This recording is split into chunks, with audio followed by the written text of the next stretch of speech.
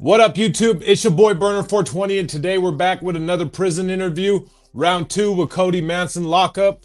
Now, before you guys jump into this, please make sure that you guys got all notifications on. If you guys click on YouTube, it's going to be a little notification bell. Normally, when you subscribe to a channel, it's going to say personalized and not all. So you guys are only going to know about a third of the content I drop. So please make sure you change that to all notifications, and you guys will be informed on everything that I drop on the channel. With that being said, we're going to go ahead and let Cody introduce himself.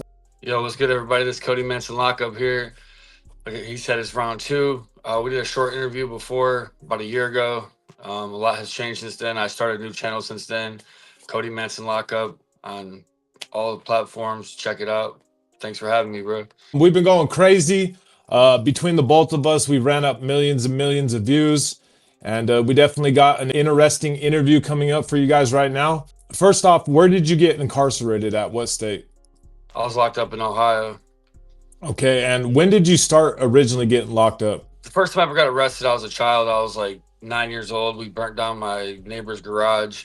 We didn't actually get charges for that, but we did get detained at the police station, and my parents had to come and pick us up.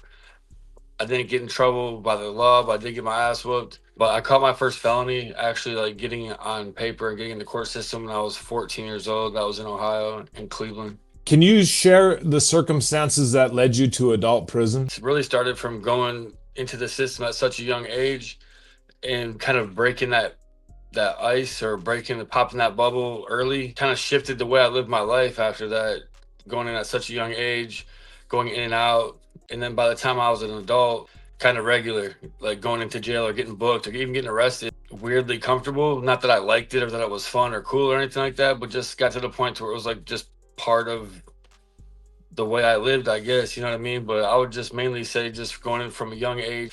You know, a lot of people grow up their whole lives never even going to jail, or like maybe just going to jail for like 3 days on like a DUI or something, but never actually like, had to sit in a courtroom and, take a plea deal or go to trial or anything like that. So I don't know. I just feel like breaking that when I was young kind of just made it more like regular as I got older. When you first went to prison, how were you scared? Like how do you explain that feeling? It's more of a nervousness, I would feel Yeah. like. So the first time I ever went to jail, even I did a video about it on my channel. Is they say it's the oldest juvenile facility in America. It was called the Deuce. It was downtown Cleveland. It was basically a kid prison. Like it damn near looks like Hogwarts. You walk in, everyone wears blue jumpers. It's an actual cell block. It doesn't have tiers, but it's just each pod is one floor, cells all along the walls. I wasn't even really scared when I was younger because I was like trying to be tough. You know what I'm saying? I'm trying to be like, oh yeah, like I've heard all about this place. I'm gonna be all right. When I got sentenced as an adult, I've been in and out of the county jail and stuff as an adult, whatever. But going to prison, like even though I was been in and out of jail my whole life, been through crazy situations, like pulling up. Not to go too far on this, but like, all right, so in Ohio, like when you're in Cuyahoga County, which is Cleveland's county, once you get sentenced, you have to go to reception. So they send you to this prison called Lorraine Correctional Institution. As far as I know now, they say they don't do reception there anymore, but at the time they did. I'd always hear about people going from the county to Lorraine. So in my mind, I thought they were going to like Lorraine's county jail. For some reason, I thought you had to go to that county to get processed or something. Like I didn't understand the system. So when we got rode out from the county, I'm thinking we're about to pull up to another county jail. And then as we're down this long country road, I was like, damn, the county jail this far out. And like we hit the corner and all you see is just big, dark brown brick buildings and a bunch of barbed wire. Oh, damn, that's when it hit me like, oh, damn, this is actual prison. I knew I was on my way to prison, but didn't know like that's where my next step was. So pulling up to that, like it was pretty nerve wracking. Like you said, I wouldn't really say scared. I was more just anxious, nervous. Even though I know how to be in jail, I know how to bid and stuff like that. I also like started like thinking of all the movies I've ever seen because this is my first time on a prison block, especially as an adult. Literally the first day in there, you get all your blues, get checked in, you go through the whole processing, all that. I'm not gonna explain the whole steps right now, but once you go through all that and you first get to your block, they make you like sit down and watch like this orientation like movie and all this other bullcrap. Well, when I got to my cell, they were about to do I think it was lunch chow. But as soon as I got to my cell, I had the little Bob Barker toothbrush. I'm over in the corner trying to like sharpen it and shit, right? Thinking like, because in the movies, as soon as they step out the cell block on their first day, they get rushed on the tier like immediately. So I'm thinking like, all right, I'm gonna step out and get beat up, sharpening this toothbrush, and it was October in Ohio, so it's pretty chilly. So we had the state like winter coats. When I stepped out of my cell, I had my coat on, and I had the toothbrush in my sleeve.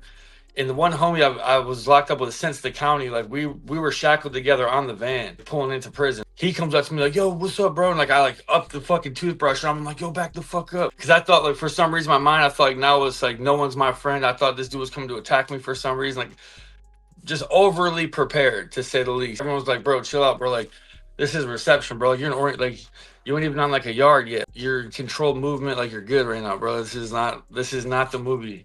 All right. So would you say Ohio prison gangs are based on race or neighborhoods?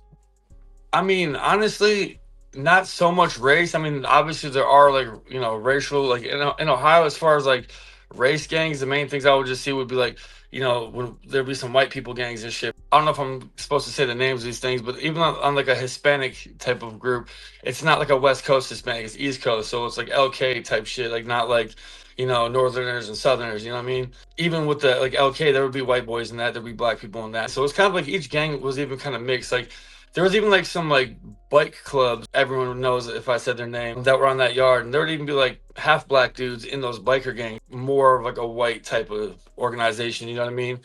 But it was mainly like it wasn't just neighborhoods, it's mainly cities, other like just like prison culture gangs, like heartless felons. Like people can argue and say it started on the street, which I don't know the full history. I don't want people sitting here and try to tear me up about it, but it's mainly a prison gang in Ohio. And then they got so big with numbers, they're from Cleveland. That like they even ended up getting like a RICO charge and like they were on like gangland and all that. Some Ohio shit, you know? And then like I know like down south, like I never ran into any of these guys because I was from up north, but like there's like the C dubs, which is like crazy white boys or Cincinnati white boys, certified white boys. They have a bunch of different names throughout the years or different meanings for it, which can be considered like a white gang, but I'm not sure that one's like racially driven. It'd be like a couple popular street bike clubs, a couple like popular like like AB or something like that, but there really wasn't that many of those even where I was at. There was like fucking 10 of them, you know what I mean? Your other popular gangs, like the ones that you named, like red, blue, black flag, like all that. So it wasn't really super racially segregated. You didn't really even have to get in a gang for like where I was at. Basically everyone I hung out with was affiliated with somebody. So when you get incarcerated in Ohio, you're not forced to ride with your race. That's not like a priority. No, not where I was at. When I first got to reception, a few weeks in, there was this one, a couple little white boys shaving their head fully bald, and like, oh, they got put down with this. And it's like, bro, like, you ain't even like on a yard yet. Like you ain't even at your parent institution yet. Like you could get on, think you're getting down to something in here, and get there, and your whole knowledge could be wrong. You could get scraped up. So would you say prison changed your way of thinking about society? Yeah, definitely. What's the number one thing that you learned in prison that you still apply to your daily life? Nobody is gonna do anything for you but you. There's no help. There's nobody coming to save you. It's on you. If there's something that you need to handle, you might be able to find help, whether it's financial help or someone to ride with you or someone with the knowledge to do something. But I go into everything expecting to have to figure it out myself. So in prison, what was the first situation that you seen where you were like, damn, the realization of violence actually came into it, where you thought about it and you're just like, that's the craziest shit I've ever seen? We were walking the child. 5 or 6 dudes just started just jumping this dude. The whole unit would walk as like a pack of penguins damn near across the yard, like you know what I mean, to the chow hall. And about halfway on the walk to the chow hall, because there'd be one CO in the back and one in the front, and right in the middle, they just started stomping this dude. The first 2 blows put him down. And then you just see these dudes stomping them and stomping them and stomping them. You know when you see them videos on the internet when someone gets slept and like they keep hitting them and everyone's all right, pull them off. It's like nobody was pulling them off. And I just watched this unconscious dude just get his. That was just some hand on hand stuff, but it was like brutal. They were kicking him around like a rag doll, basically. So would you say everybody in prison normally has a weapon on them? I guess it depends on what yard you're at, to be honest with you. I was on a level 2 as an open dorm. In Ohio, like they'll have like certain like yards, like especially like there's like Lake Erie, Richland, Marion. These are all like level 2 yards. Belmont, one of them will get really bad and really violent, and then they'll like focus on that prison. The state will like disperse all the gangs, ride everybody out, and then purposely move in like older inmates and make it like a retirement yard, is what they'll call it. So it always changes. So like there's times where like Lake Erie has been hella wild, but then there's times where it's been calm.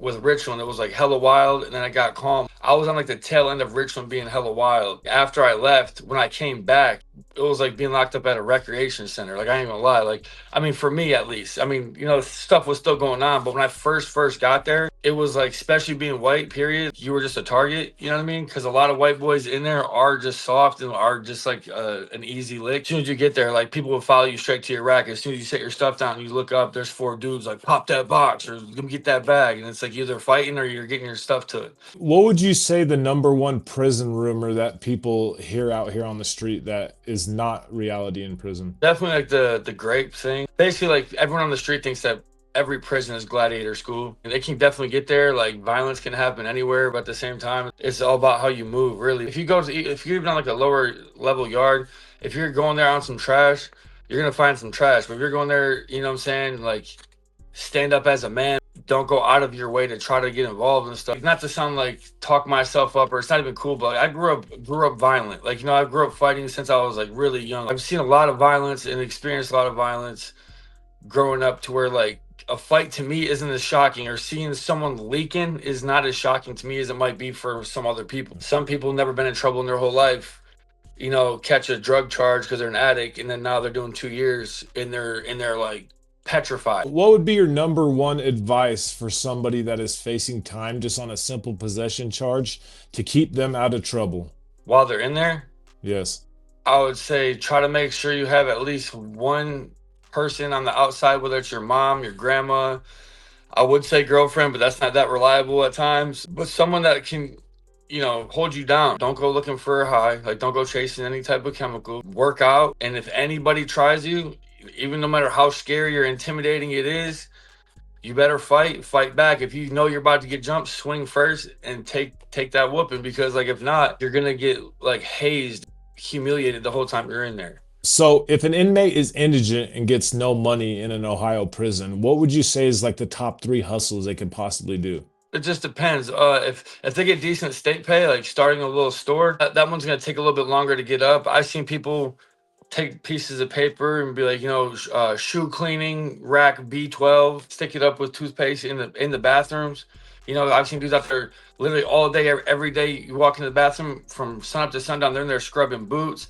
And some people could be like, oh, that's some B work. It's not like this person's getting forced to wash somebody's stuff. This dude is volunteering to wash things for money. 2 soups for a pair of shoes, or if you want your Tim's done, 3 soups. I've seen people do that. People make taffy. If you're just getting there and you don't have a bunch of money, like you said, indigent in there, like, you probably don't have enough money to buy, tobacco or something like that to flip. You got to think small and then build your way up. You do have a state toothbrush. You do have some soap. Wash some shoes till you get some money up. Then switch your hustle. Use that money to buy some stuff off commissaries so you can make some taffy or shots of coffee. Even people get the kitchen gloves and they put a shot of coffee in each finger and bag it up and walk around. Shot of coffee, 2 soups. There's many different ways. What are three things that you can avoid in prison in Ohio that will keep you safe? Gambling, subs, the phone. Explain subs for the people that don't know what that is. Yeah, subs is Suboxone. It's opioid blocker that they give to recovering addicts so they can't use anymore. And if they do use, it doesn't do anything to them. There's a myth. A lot of people say that it doesn't do anything for you. Like, if you take it, nothing happens, which is completely false. I know Burner can definitely vouch for this too. On the street, it comes in like a strip. It's like peach. The ones I seen were like peach color. And it's almost like a Listerine mint strip, kind of. They'll cut it into slivers and then sell the slivers as like pieces. And I forget what the prices were. I've been out of prison for like 10 years now, and I never like got into that game anyway, so it never was my business. People run up debts off that all the time. I've seen people knot it out. They get fronts off multiple people, then rob Peter to pay Paul. And then they're still, in the end, someone didn't get paid, and this dude's at his rock all slumped, and he's just getting woken up, getting smacked, beat up. I've seen people get hit with locks in the socks. I've seen dudes get their whole head busted open just because they owed for some subs. The most brutal, violent things I've seen were from something to do with Suboxone. So, where I was incarcerated at, there's only two prisons. Hmm. So, if you go to maximum security, it's just a different part of the prison. Is Hmm. that how Ohio works, or is there different facilities that they would send you to? There's different facilities. Ohio, I'm pretty sure when I was locked up, I was heard was top three, but as I got out, I'm pretty sure it's in the top 10 most prisons in a state. And Ohio's not that big. Like, it's a decent sized state, but compared to them states out west, for Utah to only have 2 prisons is crazy. I'm pretty sure Ohio has over 30 male prisons. It just depends on your level. Where I was at was Richland. There was a level 2. It's in Mansfield, Ohio. It's actually built on the back on the old yard of the Mansfield Castle, which is where the Shawshank Redemption was filmed at. So they tore the big brick gun line wall down that had the towers, and they made that a parking lot for the level 2, which is Richland, where I was at. And then behind that to the left was Mansfield Walls, which was the level 3. And then in between that diagonally was the level 1, which was a camp, which is like that only had two housing dorms. Like the level 1 is hella small. Level 2 had 5 houses. It was like a whole city within like a compound. And then the walls just big brick buildings. But as far as levels go, level 1 is one row of barbed wire fence, very minimal population. Level 2 is 2 rows of barbed wire fence, whole compound, but it's open dorm. Level 3 is 3 rows of fence, cell blocks. And then level 4, I don't know if the fences keep going, but I know that's at the time when I was locked up, that's one way you could tell the level of the yard is by how many fences were outside of it. Level 4 is maximum security. Then there's one level 5 prison, that's OSP, like death row and stuff like that. So, how long did you end up doing in prison in general? And how have you been able to keep yourself out for 10 years? If I were to add up all the times I've been, 90-day bids, 6 months here, I've done at least 5 years of my life. Started really young. I did about a year the first time I got locked up. It was like a little over 9 months, in and out since then. When I got my adult number, I was sentenced to 9 months, but I was out on bond and they revoked my bond. So they held me until sentencing, and then like it would be like sentencing would come, then I'll get a continuance, and they kept doing that and doing that. And I was in there for like 4 months before I finally got sentenced. So by the time I actually went to prison, like not like usually like you'll get your time served, but since that was like a short sentence, they didn't give me my time served. So even though it was a 9 month burglary sentence, I still did over a year on it. And then I've got out on PRC, and I violated my PRC and went back on the same number. So on that number, I did almost 2 years. Like there's a lot of people like even in my comments on my page and stuff, they'll be like, "Oh, I did 11 years and this and that." And it's like I feel for you, and like I'm not bragging about my time. I'm not sitting here trying to like put on something, but like I've been literally like a product of the system since I was a kid. There's people out here that never been to jail in their life, and they do get sentenced to 5 years for something like in their 30s, and they get out and they're hella institutionalized. Someone close to me that's in their 40s got sentenced to 5 years in the feds, got out after like 4.5, and he's not the same person. Like he's still cool, he still has personality. He does not move like you can tell he's institutionalized. I didn't realize I was institutionalized because I thought you had to be like one of those crazy, squirrely, like super PTSD type of people to be considered that. But even like my therapist was the one that had to break it down for me. We're like, yo, going in at the system at such a young age, experiencing prison, it can usually traumatize you, but especially at a young age, and then going in and out of that and being familiar with that from a young age, he's like, you're definitely institutionalized. And I was kind of like in denial about it, to be honest with you. So, would you say that you've suffered any PTSD from what has either happened to you or what you've either witnessed in prison? Absolutely. I would say the most traumatic thing, or the thing that has made me that has shifted my brain, is being somewhere that you're forced to be. Like obviously like you committed the crime, I'm not like, obviously people need to pay for their price. Being put in a situation where you have no control over your life, no control over what happens outside of these walls. Like I remember I used to have like these like breakdown moments where I'd have like panic attacks, intrusive thoughts. What if my mom got in a car accident on the way home from work and like died? Like what, I wouldn't be able to, you know what I'm saying? Like crazy thoughts like that. And I had to like literally, it built up to the point to where almost like my body shut down. I was like, look, bro, like none of that matters, bro. Like like having to accept that there's no control. That's like mentally one of the things that really broke me down.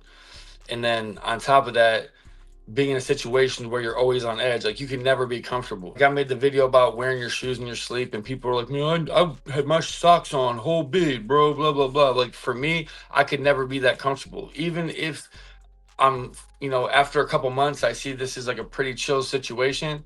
You still never know, and I'm not like paranoid, but like I've experienced too much in my lifetime on the street and in jail to be comfortable. Like I'm not going to be vulnerable ever. I want to go ahead and give you an opportunity to shout out your social media and say anything that you feel like you haven't been able to say. On TikTok, it's Cody Manson Lockup, just like this down here. On Instagram, Cody Manson Lockup. If you go on Facebook, look up Cody Grant. That's my government name. I don't know if you look up Cody Manson Lockup, it pops up or not. But Facebook is currently my biggest platform for my prison content, but I am pushing on all platforms. You can also find me on YouTube. Just look up Cody Manson or Cody Manson Lockup, and you'll find all of my content there. And as far as like anything I want to say, I just appreciate you for like just opening the door for me, bro. All right, y'all. Well, with that, I'm gonna go ahead and end this. I appreciate you guys. Like I said, his channels are tagged down below. Make sure you guys are following him on every social media platform. And if you guys got any other people that you want me to interview, or you guys got any questions or topics that you want me to cover on my channel, feel free to make sure that you guys are voicing your opinions. And with that, I appreciate you guys. Much love and respect.